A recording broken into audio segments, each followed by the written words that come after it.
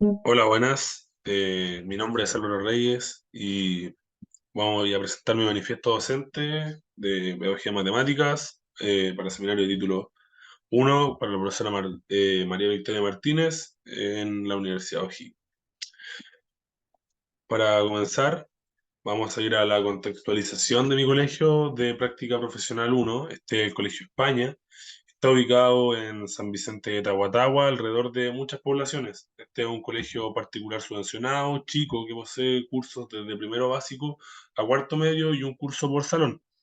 Dentro de las características de este colegio, como hablando de general como institución, es que dentro del colegio tienen bajas expectativas en sus estudiantes. ¿Qué quiere decir esto? Se enfoca mucho al tema valórico y como que asistan y se conforman con cosas muy mínimas de ellos. También se basa mucho en el tema de las pruebas estandarizadas, trabaja mucho y se guía mucho en el tema de las pruebas estandarizadas, tienen ensayos SIMSE eh, y entre otras cosas. Dentro de la sala de clases también poseen ya los profesores o cuando se conversan entre ellos muchos juicios de valor de los estudiantes, porque dicen este alumno es así, este alumno es así, de tal forma, entonces eh, se hace mucho juicio de valor respecto a los estudiantes. La metodología que ocupan, ya yendo dentro del aula de matemáticas, son muy monótonas, clase estructurada, poco conductista, que trabajan de la manera solo tradicional, sin imponer nuevas innovaciones en el aula. En cuanto a las evaluaciones en matemáticas, bueno, las evaluaciones son muy monótonas, solo hacen pruebas, no innovan en ese sentido, faltan recursos evaluativos para poder llegar a una evaluación certera y también los profesores de matemática son bastante lejanos o poco considerados con el enamorar con la matemática, con el querer tener un apego hacia la matemática, sino que la hacen como distante, lejana, como algo más complejo. Bueno, respecto a mi declaración de principio o, o mi opinión respecto a cómo actúa el colegio en este sentido, primero respecto a las expectativas de los estudiantes, siento que es algo que realmente no está bien porque muchas veces puede cegar, nos puede poner barreras a nuestros estudiantes, podemos ponerles límites y quizá ellos aspiran a mucho más o nosotros mismos les podemos cortar las alas. De hecho, en el escenario escolar, las expectativas futuras, dicen la expectativa educativa, en el año 2019, para que los alumnos adquieran mayor compromiso y motivación en el aprendizaje, cultiven constancia y aprendan estrategias que les permitan enfrentar nuevos retos cognitivos, según dice la cita. Eh, bueno, también respecto a las pruebas estandarizadas, que se estudie bajo eso, bueno, ya está más que demostrado. De hecho, desde hace ya la mitad de medio siglo que están diciendo que trabajar en base a pruebas estandarizadas no ayuda por distintos argumentos. Por ejemplo, miden solo conocimientos declarativos y no procedimentales. Se centran en el resultado y no en un progreso, en que vayan aprendiendo, construyendo un buen aprendizaje, que no cubren adecuadamente el dominio evaluado, que existen diferentes habilidades e incluso inteligencias evaluadas. El formato de elección es selección múltiple, entonces no se presta para otro tipo de habilidades. Entonces eso lo dice un paper que se llama Las pruebas estandarizadas en la escuela contemporánea, el año 2016. Eh, bueno, respecto a la etiqueta a los estudiantes, ponerle nombre o decir que de repente, decir el estudiante es así, o el estudiante es desordenado, o creer, o tratarlo de cierta forma, y no abrirse a una oportunidad de que el estudiante puede progresar. Dice el docente y la etiqueta del año 2019 que una etiqueta puede llegar a ser equivocada, exagerada.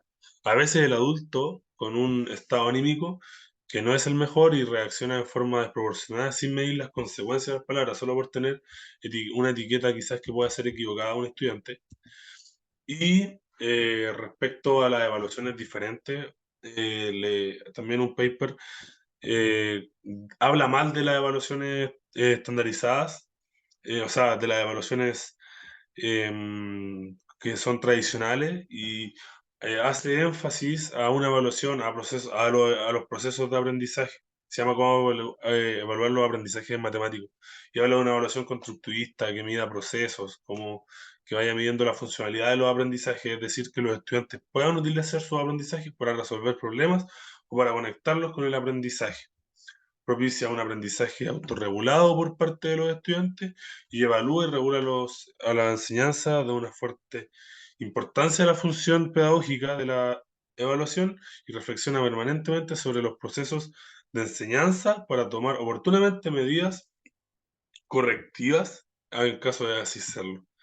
Creo que es importante que las evaluaciones deben ser de una forma que evalúe procesos y no una sola respuesta como quizás a veces son las pruebas o una sola forma de ejecutar, y también evaluaciones interactivas y evaluaciones que motiven a los estudiantes con las matemáticas.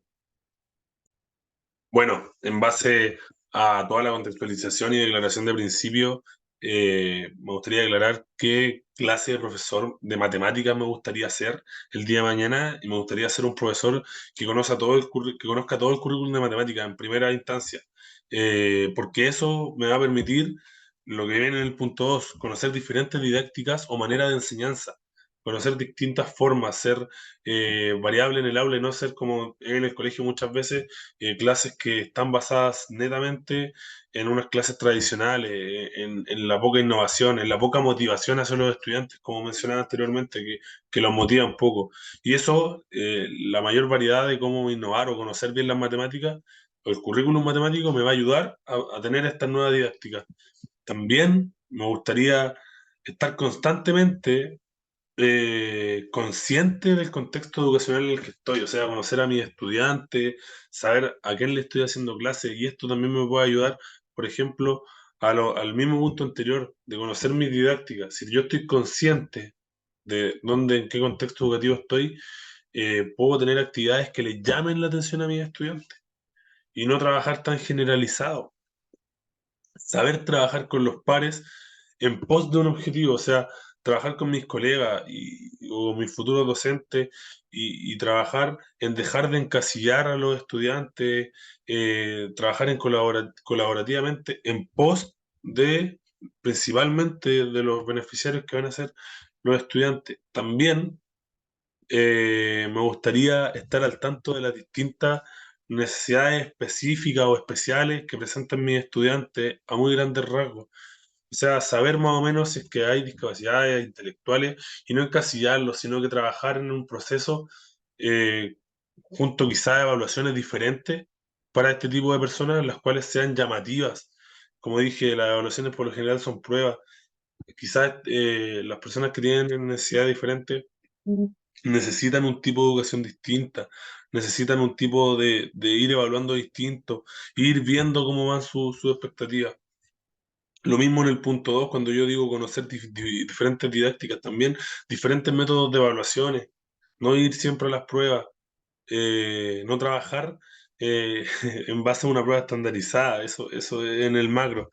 Además, como profesor, me gustaría darle sentido a las matemáticas a los estudiantes, no generarle una lejanía a los estudiantes por cómo ellos ven la matemática, o que no se sientan distanciados hacia la matemática, sino que ellos se sientan cercanos, que vean que es aplicable completamente en su vida cotidiana, en su vida diaria real, quizás no tan cotidiana, pero sí en la vida real, sí pueden entrar a la matemática, que le abre muchas puertas.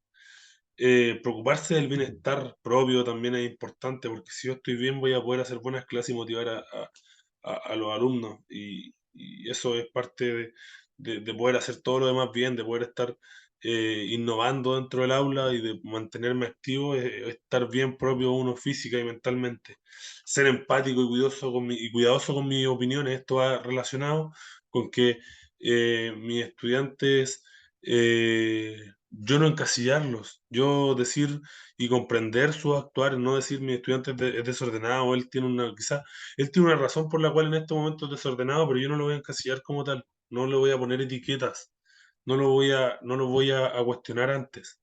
estar en una constante formación continua, actualizándose las nuevas reformas educativas, actualizándose las nuevas formas de enseñar, eh, teniendo nuevas ideas, ir viendo cómo va avanzando las matemáticas, las distintas formas de evaluar también es importante y motivar constantemente a mis estudiantes, tanto en la asignatura como para que ellos consigan sus objetivos personales.